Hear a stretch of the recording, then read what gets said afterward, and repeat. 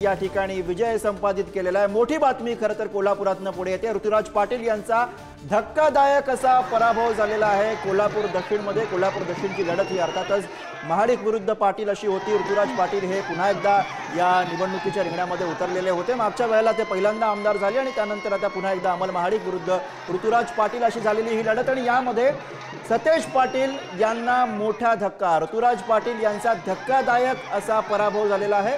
अमल महाडिक हे कोल्हापूर दक्षिणमधून विजयी झालेले आहेत। 10 वर्षांनी अमल महाडिक यांनी दमदार असा कमबॅक केलेला आहे। कोल्हापूरमध्ये मोठे उलटफेर आपल्याला बघायला मिळतात आणि त्यापैकी कोल्हापूर दक्षिणची ही जागा आणि त्यासाठीच धनंजय महाडिक, खासदार धनंजय महाडिक त्यांचे पुत्र सुद्धा या ठिकाणी हा जल्लोष करताना दिसतायत आपल्याला।